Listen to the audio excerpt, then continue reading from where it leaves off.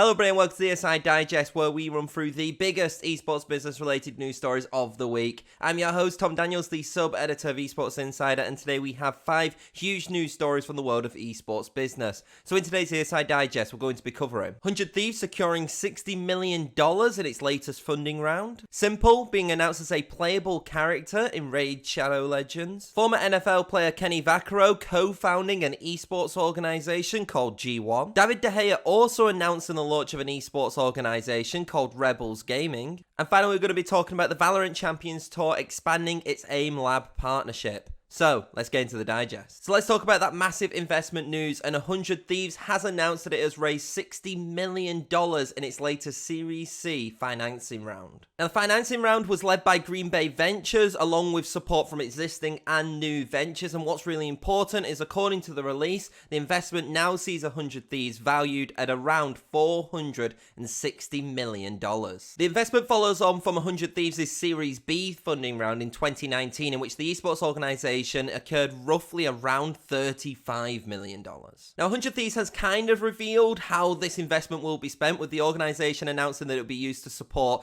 its core esports, entertainment, and apparel businesses, alongside helping launch new business ventures. However, those have not been named. Overall, I think while 100 Thieves has been coy on how this investment is going to be spent, I think it's huge to see an esports organization gain $60 million in its latest funding round, and we're continually seeing numbers rise in terms of how much kind of outside entities are willing to invest in esports organizations. And I think it's not because of the current profitability of esports organizations, it's actually probably what the potential profitability could be of these organizations in, say 10, 15 years or so. I do think that this is actually huge for 100 Thieves. They're continually expanding. They're going into more and more esports titles. So I think this is a really interesting time for 100 Thieves, really interesting time for esports, and it'll be interesting to see if we kind of see even more figures like this start cropping up in the next couple of years as well, as we're slowly starting to see as well. Our second story of the ESI Digest is actually a really interesting sponsorship integration, and it is that NAVI has announced that its CSGO player S1mple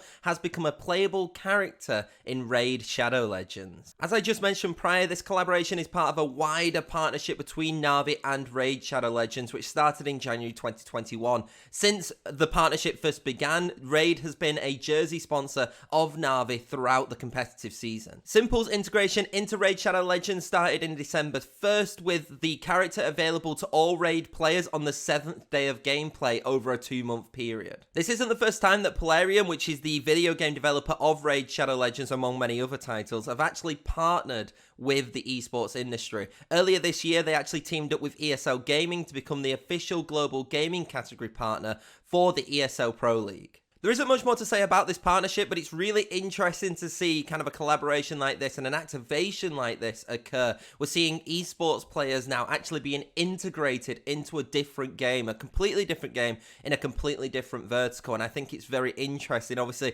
Raid have kind of done this prior. They had Ninja most recently go into the game as well, but it's really interesting to see an esports professional kind of get that same treatment and be integrated into a game. And we're starting to see kind of a lot more cross-game integrations in general, whether that be through game title characters going into other titles and other games, or now the case which we're seeing esports professionals and maybe even esports teams also be integrated into other games which you wouldn't particularly expect. Moving on now, and former NFL safety Kenny Vaccaro has teamed up with entrepreneurs Hunter Svensson and Cody Hendricks to launch a new esports organization called Gamers First, or for short G1. G1's launch coincides with Vaccaro's retirement from professional American football, where he spent 8 seasons, most notably playing for the Tennessee Titans and the New Orleans Saints in the NFL. It has been announced that Vaccaro will serve as the Chief Executive Officer, with his role including focusing on business development and talent. The esports organization did detail the inspiration behind its name, with G1 supposedly coming from the fact that despite becoming a professional sports athlete, Vaccaro claims to identify himself as a gamer first. The esports organization will be headquartered in Austin, Texas, with G1 initially having rosters in Halo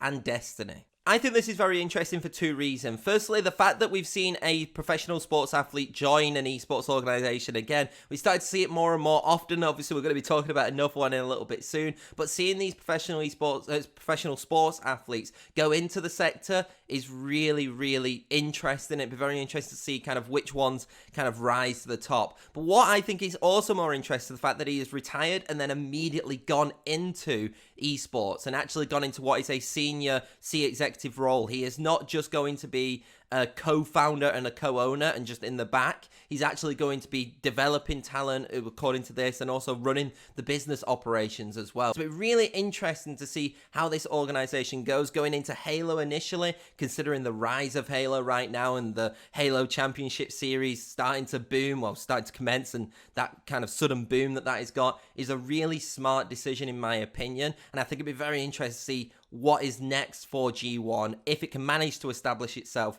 in Halo and in Destiny. Penultimate story in the ESI Digest sees yet another sports athlete enter into the esports industry, with this time it being Manchester United goalkeeper David De Gea, as he has entered the esports industry by launching a new organisation called Rebels Gaming. Now, according to the release, the organisation will initially compete in League of Legends, VALORANT and Rainbow Six Siege. Alongside fielding rosters in those titles, Rebels Gaming will also have a roster of content creators and streamers. Moreover, the organisation will have its own training facility, which is located in Madrid. From a business personnel standpoint, Rebels Gaming has not revealed exactly who will be working with the esports organisation through its different departments. However, you probably expect in the coming weeks or coming months those names to be announced and revealed in due time. Similar to what I said with Vaccaro, it's really interesting to see another traditional sports athlete enter into the esports industry. What's really intriguing about this is actually the fact that it's going to go into Rainbow Siege, which could then coincide with Jesse Lingard, who is also a Manchester United player.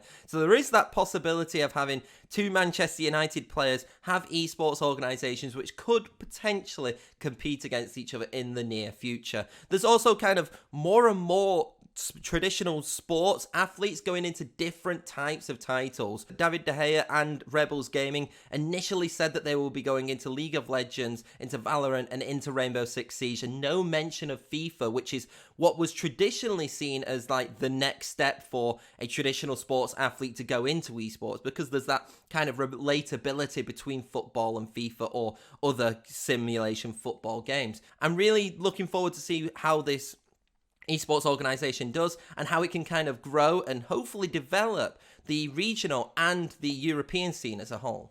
Our final story of the ESI Digest sees Riot Games expand its partnership with FPS performance and training platform AimLab. As a result of this, the partnership will now include the VALORANT Champions Tour's global events, along with VCT LATAM and EMEA. The collaboration between Riot Games and AimLab was initially signed in January of this year and only covered the VALORANT North American Challengers circuit. So this is a big expansion of this partnership between the two entities. As a result of this expansion, AimLab will reportedly release new products within its training tool platform for VALORANT fans. One of the new products will include custom tasks based on the best plays from the 2021 VALORANT Champions Tour. Moreover, players will be able to test their skills within customized scenarios from the perspective of athletes who pulled them off. It's really cool to see a massive expansion of a partnership like this, especially one of this scale. I think AimLab and Riot Games both see the unique opportunity that both of them can give, both to players and to themselves as brands as well. And I think that that does make sense. Obviously, having an FPS training platform and VALORANT coinciding together really works. And this continues AimLab's growth and development with many of these FPS games. It'd be really interesting to see what more products both Riot Games and AimLab have, collaborated on. And it'd be really interesting to see coming into the next VCT season what other initiatives will be planned. And that's it for this week's ESI Digest. If you do want to catch up on any of the stories that I have covered, then don't forget to head over to Esports Insider's website. Also, don't forget to follow us on Twitter, LinkedIn, Facebook, subscribe on YouTube, and wherever you're listening to me on now. But until then, I'll see you next week.